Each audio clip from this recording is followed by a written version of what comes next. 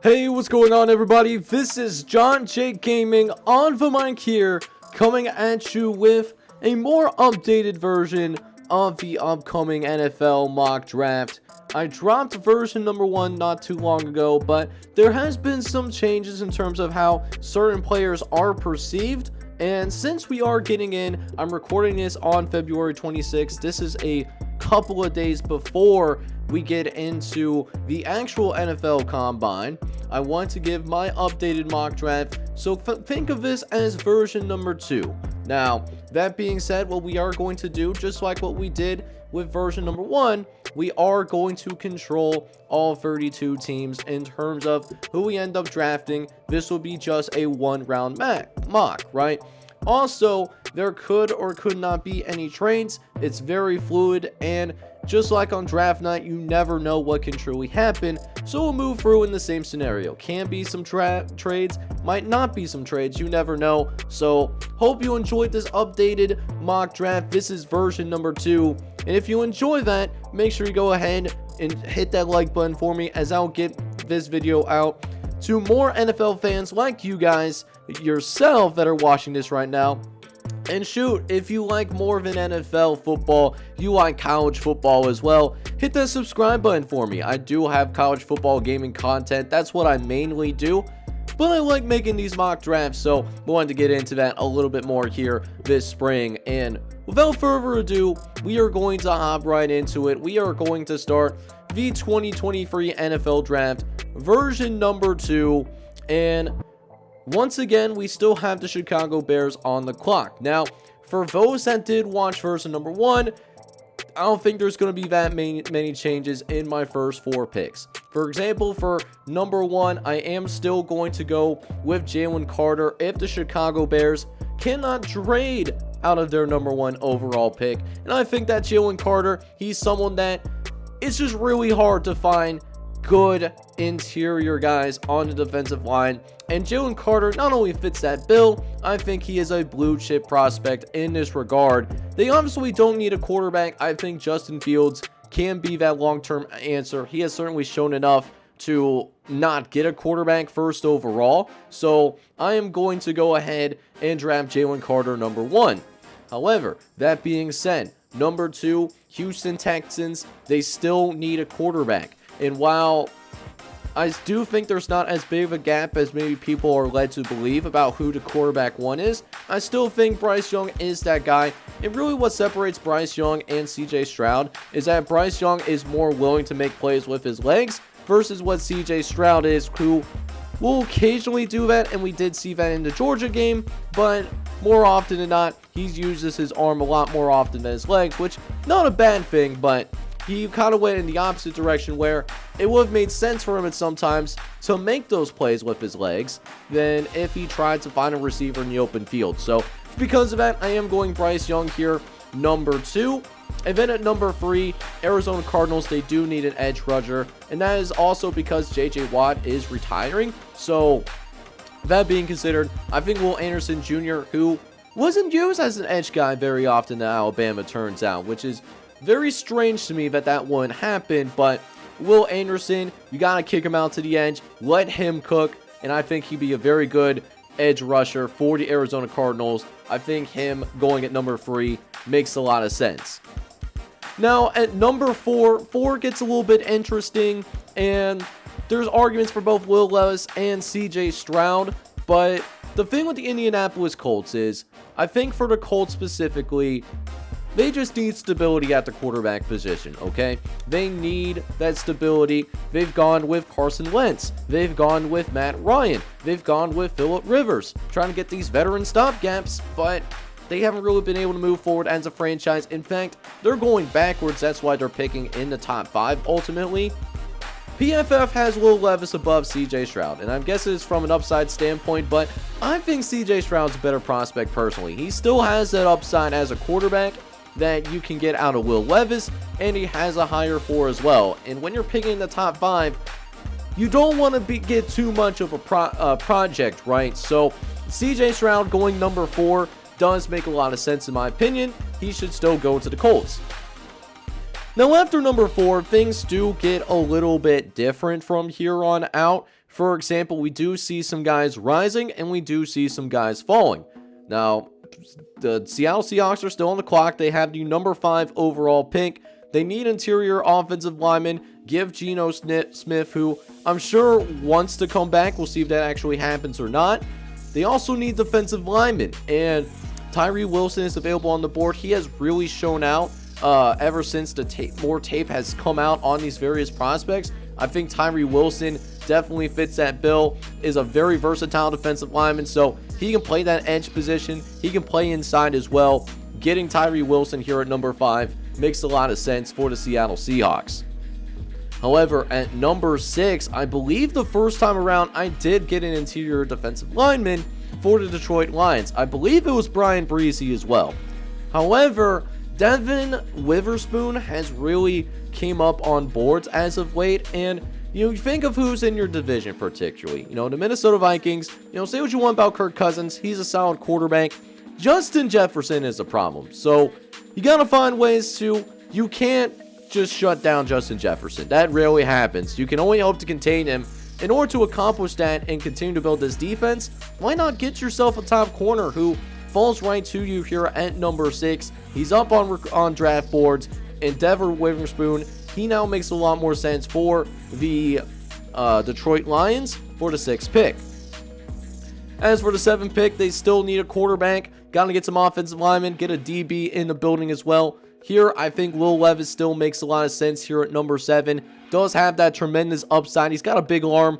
I see a lot of Josh Allen comparisons, and I don't know if that's necessarily fair, but Will Levis definitely has that upside. He's got the traits that Las Vegas typically drools over, and getting him at number 7 makes a lot of sense if I'm the Las Vegas Raiders. Now, at number 8, I believe when I was here at number 8, I got an edge player for the Atlanta Falcons. However, Quentin Johnston has moved up boards as well for TCU. And for Quentin Johnston, he's someone that I've seen comparisons for A.J. Green, who A.J. Green is a lot of your favorite wide receivers, if that kind of makes sense. And they do kind of need a wide receiver. Now, quarterback, they do have PFF listing the Atlanta Falcons needing a quarterback, and I do disagree with that because it's still the same coaching staff. They got Desmond Ridder, and I think they want to see what they have in Desmond Ridder, and if they do suck next year, they can go after a Caleb Williams or a Drake May in next year's NFL draft. Go get your guy from that standpoint, or even get like a Lamar Jackson, as it's getting a little bit more spicy in terms of their contract negotiations, so he may become available as well. But for now, get yourself a weapon next to Drake London as well as Kyle Pitts. I think Quentin Johnston makes a lot of sense for the Atlanta Falcons here at number 8. Now, as for the Carolina Panthers here at number 9, the number 9 overall selection, I still think Carolina needs a quarterback to this point. They are trying to target Derek Carr, but as of the recording of this video, Derek Carr has not decided where he wants to play his NFL football next. Whether that be the Panthers, whether that be the Jets, they are also in the running as well. But that being said, even if the Carolina Panthers do end up getting Derek Carr is in his 30s, and you want to start looking towards the future in case maybe Derek Carr doesn't work out. And I think Anthony Richardson makes a lot of sense here still. He has the athletic tools. I'm not going to even go into depth here, but Anthony Richards is an underrated processor. He's a student of a game, more of a student of a game than what people give him credit for. And yes, he still needs to learn how to play that quarterback position. I understand that. That makes sense, right? But Anthony Richardson, while I don't want him to start in the first year, I think he's someone that he can sit behind a veteran and he can be an exciting player to watch. And shoot, if you want to, because he has those athletic tools, you can bring him in for certain packages in his rookie season. So I think Carolina Panthers getting Anthony Richardson at 9, that makes sense. Now at number 10, I did have the Eagles taking Quentin Johnston in my previous version of my 2023 mock draft, but Quentin Johnston is now gone. He's for the Atlanta Falcons now.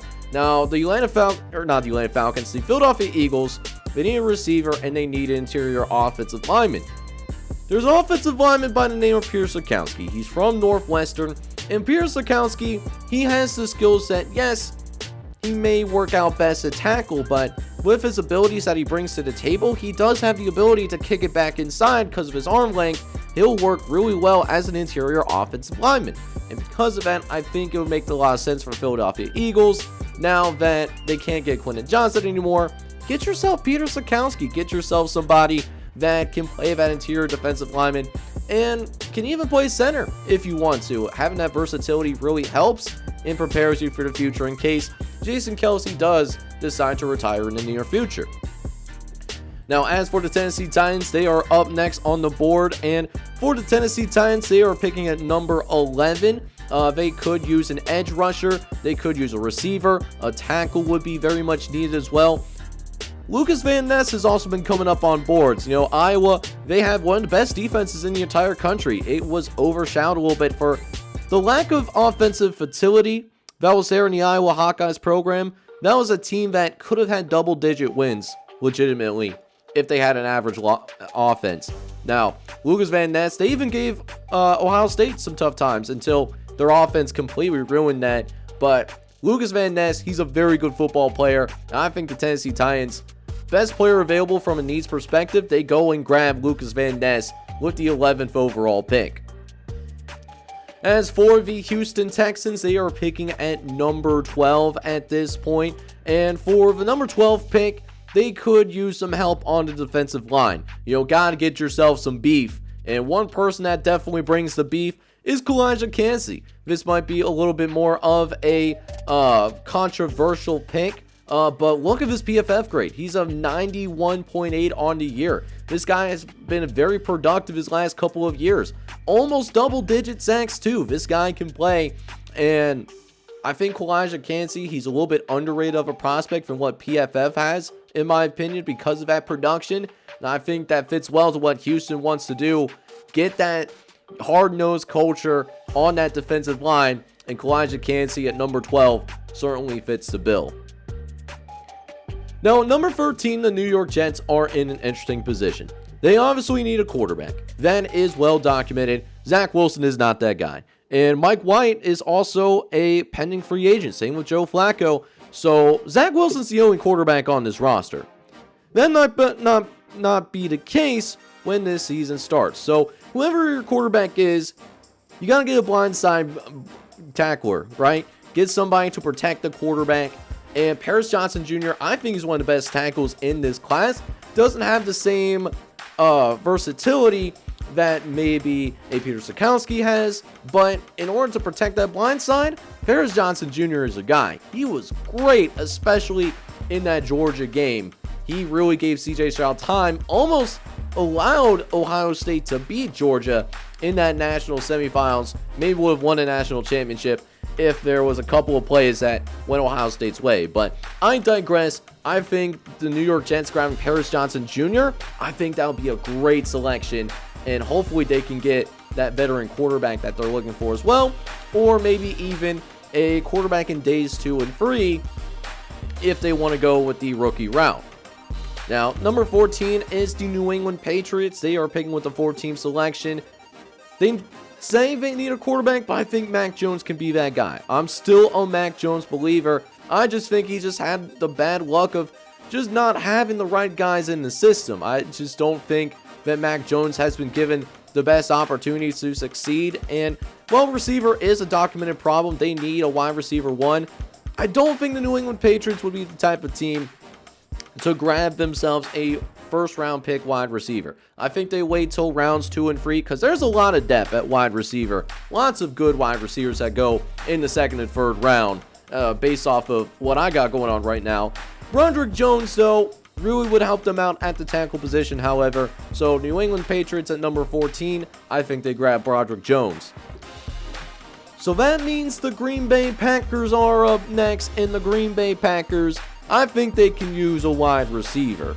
And at this point, I do think with Romeo Doubs, having some injury concerns, Christian Watson came on as late, but he's more of a deep threat. Who's going to be that guy that can do just about everything? I think Jordan Addison is the answer. He looked good at Pitt, and he continued to play well at USC, really helping Caleb Williams of USC win that Heisman Trophy this year. So I think Jordan Addison does become the first wide receiver that falls off the board that gets drafted, Jordan Addison, I see him becoming a Green Bay Packer. Now, with the 16 overall selection, the Washington Commanders are in an interesting space. They're kind of in flux. Don't really know which direction that they go. Could they go best player available? Sure, they could do that, because any of their needs that they want to grab, it would be considered too much of a reach. But I want to explore what the Washington Commanders could possibly do in terms of trade aspects. Now, the Seattle Seahawks would be interested in trading up, and I do believe that the Seattle Seahawks would jump at that offer.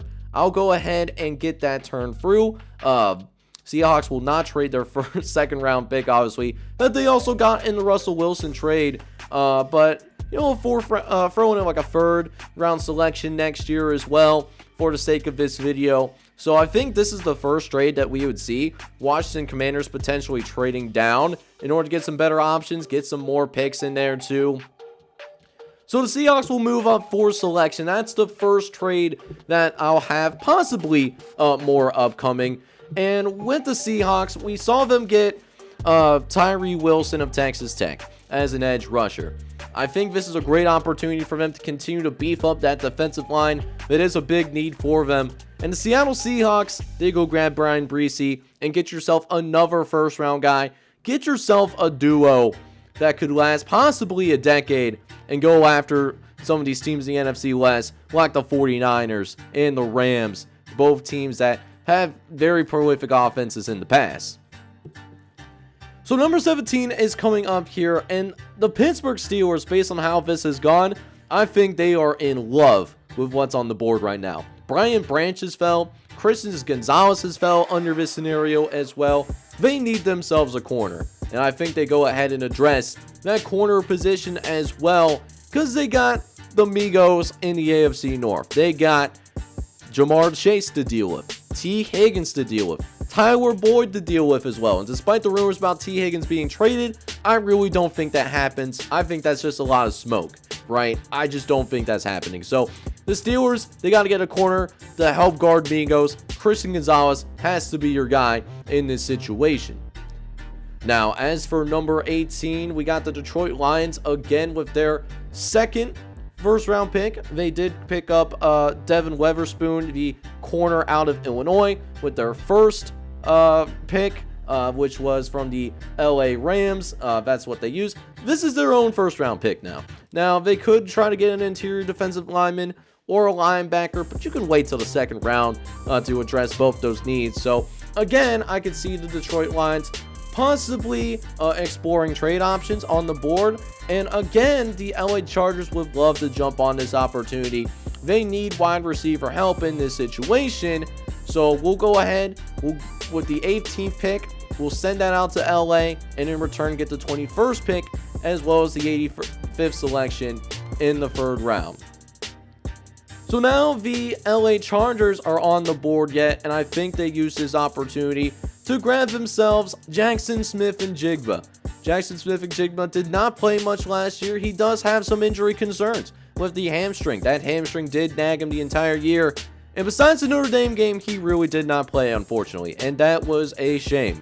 But that being said, people forget Jackson Smith-Njigba. He can play. He's a baller. He is a great route runner.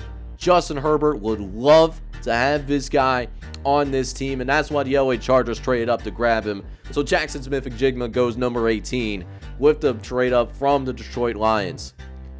So now what do the Tampa Bay Buccaneers do with their next pick? They could go different options as well. This might be a potential trade spot as well, given how things have gone down here thus far in the NFL draft. We'll see if there is any trade options that might entice the Tampa Bay Buccaneers.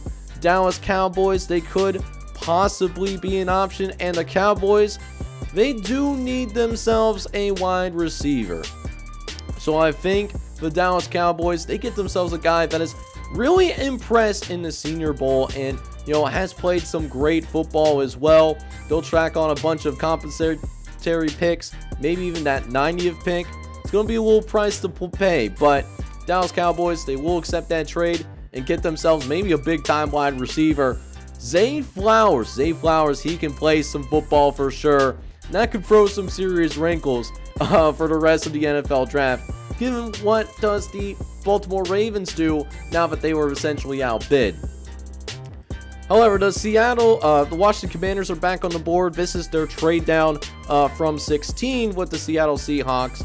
And things aren't really much better with what's available on the board. So I think they go best player available. Get Brian Branch, who is a top 10 prospect that has fallen quite considerably. They go ahead and address that now. And the Detroit Lions, with their 21st pick that they trade down for the Chargers, do they go with an interior guy? Do they go with another edge rusher? I think edge could also make a lot of sense here. Myles Murphy, you get somebody to pair up with Aiden Hutchinson, who had a very good rookie season as well. Was in the running for Defensive Rookie of the Year. Sauce Gardner did end up winning that award, but Aiden Hutchinson was getting consideration for that. You get yourself, again, best player available in this situation. You grab yourselves Myles Murphy. So originally for the Baltimore Ravens in version number 1, I did have getting Zay Flowers, but now that Zay Flowers is gone like a girl in a country song, where else could they go? They could get an edge guy. Andre Carter II could be an option, but Joey Porter Jr. is still available. And I'll say they go towards the direction of the latter for the same reason that I gave for the Pittsburgh Steelers pick. You're thinking about the Bengals. How are you going to stop that Bengals offense with Jamar Chase, with T. Higgins, with Tyler Boyd? Get yourself some corners that can actually play. And Joey Porter Jr. here at 22 makes a lot of sense. As for the Minnesota Vikings, they're at number 23. And I think at this point it starts a little bit of a run here for corner. I see another corner good being selected. Deonte Banks was somebody that I had a second round grade originally when I started the process, but he's now in the first round for me. Also somebody that impressed pretty well at the Senior Bowl. And so with the 23rd pick, I'll go with Deonte Banks, the corner out of Maryland. So two Big Ten guys being drafted in a row. And that leads to that 24th pick. 24th pick is a little interesting spot. Interior offensive lineman, a DB. And now that both Joey Porter Jr. and Deonte Banks is off the board, where else do you go? Is this a trade option for the Jacksonville Jaguars? And I think it is. I think they go trade down a little bit so that they can go grab somebody that they would be very happy to go ahead and grab later on in the draft. Get a couple of other picks in there. And the Saints will trade up for number 24. Now, who do they grab at 24? I think this is the opportunity for the Saints to finally get that quarterback of the future. Tanner McKay, he's been a little bit under the radar. We talk a lot about the Big Four. Anthony Richardson, Bryce Young, CJ Stroud as well, Will Levis. That's the Big Four in terms of his quarterback class. However, the Saints need some players, man. They need a future long-term answer at quarterback. They don't believe in Jameis Winston. They'll likely let him walk. Andy Dalton played solid, but he can't be your long-term answer before. And with their cap situation, I think it's just going to be a lot harder to bring in a quarterback that's going to actually help them compete to where they want to be versus just go ahead, rip the Band-Aid off, start the rebuild. And I think Tanner McKee is a very smart quarterback. May not have the highest floor, and that's why it's the 5th quarterback being taken, but someone that's very smart and can get the football to Chris Olave. Alvin Kamara, if he's still on the team, he does have some legal issues that he's got to work through. But I think Tanner McKee at 24 makes a lot of sense for the New Orleans Saints. As for number 25, with the prospects of both Daniel Jones and Saquon Barkley coming back, gotta get some weapons for Daniel Jones. Now, we'll see what happens with Daniel Jones, what his negotiation ends up being. But that being said, get yourself a weapon. And Dalton Kincaid, he may not have the same recognition as Michael Mayer, right? I get that. Michael Mayer, maybe a little bit of that East Coast bias, but Utah, when they started off slow, they were really able to move forward with Cameron Rising and whatnot because partially of Dalton Kincaid, and he can do anything that you ask him to do. Just take a quick look at that first look. He's a tight end that can move. He has natural receiving ability. You can move him out into the wide receiver spot, and he's going to cause a lot of problems in the secondary. So Dalton Kincaid, I give a slight edge over Michael Mayer. That might also be a controversial take. Get yourself a weapon for Daniel Jones, whatever he signed at. So at 26, we got the Tampa Bay Buccaneers now, and for Tampa Bay, they trade down with the Dallas Cowboys. We did see that happen. They also need a tight end. They also could possibly use some weapons and a quarterback. They could also use a quarterback as well. They originally traded down so that maybe they could get their quarterback in the future. I don't think they really like Kyle Trask as much as people are led to believe. They get themselves a weapon here at number 26. Get Michael Mayer, and it could be really interesting to see who has the better career of the two, but that's just something to watch out for. Speaking of things to watch out for, it is the Buffalo Bills at number 27. And the Buffalo Bills, they are looking for interior offensive linemen. You're looking for a defensive back as well. And Antonio Johnson here at 27 does make sense, fills that need. Plus, we also don't know what's going to happen with Damar Hamlin. I'm praying for him to continue to be okay and continue his recovery. We just don't know if he's going to play the game of football ever again. That's just the unfortunate reality of this situation. And I think it's time you got to get a replacement for Damar Hamlin. Someone that was playing a lot of snaps, he might not come back. So, because of that, I do think they go safety. They do have some needs for defensive back. And Antonio Johnson, therefore, makes sense there at number 27. Get some investment in the defensive backfield. As for the Cincinnati Bengals, they are up next with the number 28 pick here in this NFL draft. And for the Cincinnati Bengals, they don't really have a lot of needs, at least not players that are starting.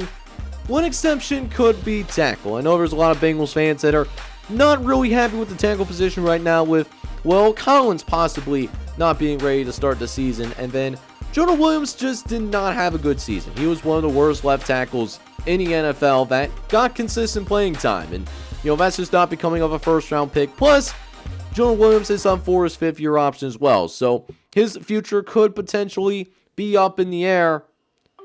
We've seen them go on offensive line quite a bit over the last couple of drafts. We've seen them grab Jackson Carman. We also seen them grab Cordell Volson, the fourth-round pick out of North Dakota State.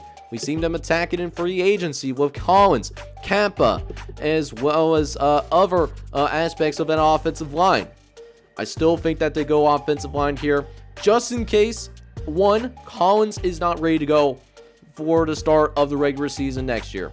And also, give Jonah Williams some competition as well at left tackle, because even though Jackson Carman, he played better towards the end of the season, I'm not a big believer of him personally. He was inactive for most of the year. He was mostly active because of the injuries on the offensive line. So, get yourself somebody that has the ability to be a swing tackle. I think Antoine Harrison for the Bengals makes sense. So now the Jacksonville Jaguars, they are back down here at number 29. This is where they traded down with the Saints for, and O'Cyrus Torrence, able to help with some protection for Anthony Richardson. Not a great offensive line at Florida, but O'Cyrus Torrence was the exception. They do need some interior guard help, and that's really what they need. DBs, you really don't want to get a DB out here. So O'Cyrus Torrence here with pick 29 does make sense there. And now at number 30, things really do get interesting. Where do you go if you're the Philadelphia Eagles? You're looking for that interior offensive lineman, but that interior offensive lineman is gone. We're looking at O'Cyrus Torrence, but the Jacksonville Jaguars, they swooped in and got him at the very last second, okay? So, where do you go if you are the Philadelphia Eagles? I think this is a spot where you possibly go best player available, and Andre Carter, I think he would really fit the culture of the Philadelphia Eagles. Hard-nosed kid. This is a guy that was prepared to give his life for his country, and also has a lot of production too. He's a very good football player as well. So Andre Carter II, I think he really fits in with what the Philadelphia Eagles are trying to do. And so with the 30th pick, I do have them going best player available at this point which to me is Andre Carter II. So then with the final pick, this is the Kansas City Chiefs pick. They are your Super Bowl champions. They do need some help on the defensive line. And, other than their interior help, they could use some better edge rushers. Get somebody that also has the ability to get after the quarterback. And so with that final pick, I do see them going after the edge rusher, Nolan Smith out of Georgia. That would be the second defensive lineman from Georgia being selected in the first round. And this will be my final selection in the first round of the NFL draft. So guys, this is what it ends up shaking out after we finish the entirety of the first round. And the question that I wanted to beg to you guys, since we had a couple of trades in here this time around, what do you guys think? Let me know down in the comments if you agree with my analysis, or if you disagree with my analysis, let me know down in the comment section. I'm free for some criticism. Let me know what y'all think. Do you like who I'm also picking for your favorite NFL team? Let me know about that in the comment section. I always love hearing your thoughts here in this community. But if you enjoyed this mock draft simulation as we are getting prepared for the NFL Draft Combine, let me know, man. And by doing so, you can smack that like button for me, as that does help me reach out more NFL fans like yourself. And what that also does is, it just makes me happy, man. I would just truly appreciate it. Also, if you're brand new to the channel, hit that subscribe button for me. Not only do we do mock drafts every once in a while, but we got some college football gaming here as well. NCAA 06, NCAA 12 as well. If that floats your boat, definitely encourage you to check that out. And if you like what you see there too, another reason for you to hit that subscribe button. So with that being said, I am going to go ahead and sign off. But I hope you guys are all out there having a good one. Take care, everybody.